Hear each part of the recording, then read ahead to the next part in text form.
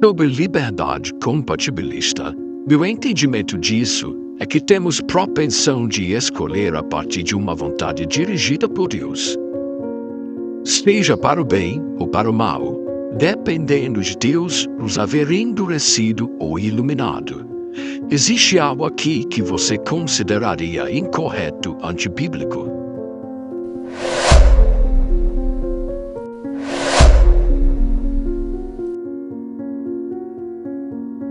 Concordo com o que você escreveu, mas ao contrário de muitos calvinistas, eu discordo que, em qualquer sentido relevante, isto deve ser chamado de liberdade.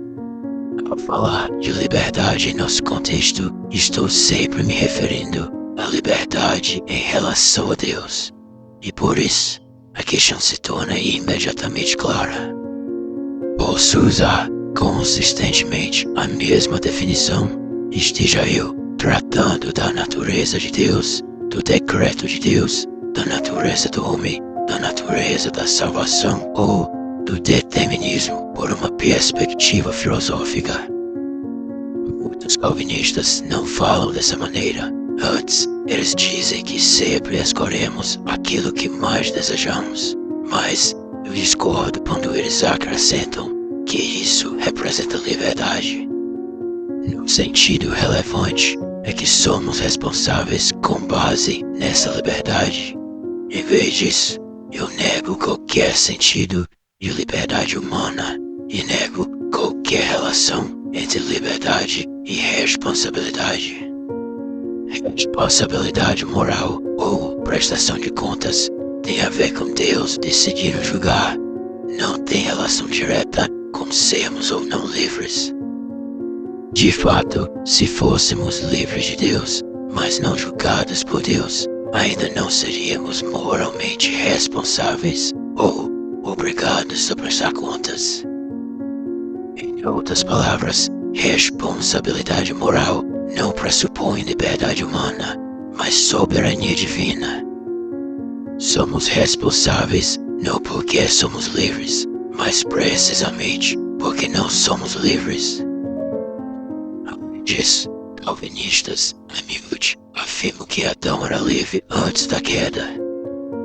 Mas novamente, falam sempre de liberdade em relação a Deus. E por essa perspectiva, eu poderia dizer que Adão não tinha liberdade, qualquer que fosse ela, mesmo antes da queda. Ser livre do pecado é irrelevante. A questão é se Adão era livre de Deus para escolher permanecer sem pecado. Ele não era. Em acréscimo, eu não diria que Deus permitiu a Adão cair, mas que Deus o causou. Muitos calvinistas discordariam de mim, também neste particular. Compatibilistas hesitariam em dizer que somos livres de Deus, mas insistiriam que, por agirmos sempre conforme o desejo mais forte do momento, esse é o sentido real de liberdade e que essa liberdade é a pré-condição para a responsabilidade moral. Digamos que eu tenha cometido um assassinato. De fato, eu era livre de outras criaturas quando tomei a minha decisão e agi conforme meu próprio desejo interno. Mas esse desejo foi causado e controlado por Deus, e o fato de eu sempre agir conforme meu desejo mais forte, o que é da natureza humana, também foi causado por Deus. Contudo, isso equivale a dizer que nós não temos liberdade de Deus para nos abster do assassinato, mas simplesmente uma liberdade eterna de outras criaturas para nos abster disso. Então, se fôssemos suavizar isso e dizer que de algum modo os nossos desejos não são determinados, mas meramente permitidos por Deus, mesmo desconsiderando por ora que isso é antibíblico, nós ainda precisaríamos explicar como é possível Deus permitir uma coisa sem causá-la e mesmo assim decretar imutavelmente sua ocorrência no sentido que não seja mera expressão de presciência. Se nós não podemos, somos arminianos. Ademais, se Deus, meramente nos permite fazer algo, eu também exigiria uma explicação metafísica de como pode ser possível uma criatura dirigir e controlar sua própria mente. Em outras palavras, é realmente possível algo criado funcionar sob a mera permissão de Deus, sem a sua constante determinação causativa. Como? Calvin escreve, aliás, de fato, nem o mínimo sequer nos aproveitaríamos a abundância de pão, a não ser que o alimento se não nos convertesse divinamente. Isso parece com o meu ocasionalismo.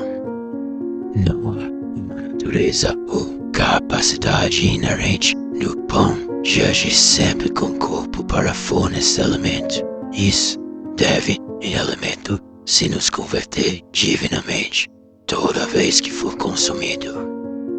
Isso é calvinismo, uma aplicação consistente da soberania divina sobre todas as coisas. É uma negação de qualquer forma de dualismo ou deísmo. Assim, afirmo que Deus controla tudo acerca de todas as coisas, incluindo cada aspecto de cada detalhe de cada decisão e ação humana, de uma forma tal que o homem não tem liberdade em qualquer sentido significativo ou relevante que seja. Em resumo, liberdade libertariana é de fato liberdade, mas ela é antibíblica e impossível. Não existe esse tipo de liberdade. Por outro lado, liberdade compatibilista não é liberdade, de fato, exceto de outras criaturas, o que é irrelevante, mas simplesmente uma descrição do que acontece quando Deus controla cada aspecto das nossas decisões e ações, usualmente, não sempre, de acordo com uma natureza que Ele também criou em nós. Portanto, as palavras compatibilista e liberdade são enganosas. Eu me consideraria batista calvinista, de acordo com meu entendimento. O pecado entrou no mundo pela desobediência de Adão, e não como resultado do propósito determinante de Deus. Na verdade, todos os escritores calvinistas e reformados afirmariam que o pecado veio como resultado do decreto de Deus, e que por isso ele foi, pelo menos nesse sentido, determinado. A diferença é que muitos dizem tratar-se de um decreto passivo ou permissivo, enquanto a minha posição é que não há com Deus isso de decreto passivo ou permissivo, e que é antibíblico e impossível um decreto divino ser passivo ou permissivo. É correto dizer que o pecado veio pela desobediência de Adão, mas não é esta a questão em debate. A questão é o que causou tal desobediência. Dizer que Adão tinha livre-arbítrio antes da queda é irrelevante, a menos que com livre-arbítrio se queira dizer liberdade de Deus. Se for este o significado pretendido, isso é paganismo e não calvinismo ou cristianismo. Se o significado pretendido for apenas liberdade do pecado, mais uma vez, isso é irrelevante, pois a questão relevante na discussão do determinismo divino deveria ser se Adão era livre de Deus para se abster do pecado, e não se Adão era livre do pecado para se abster do pecado.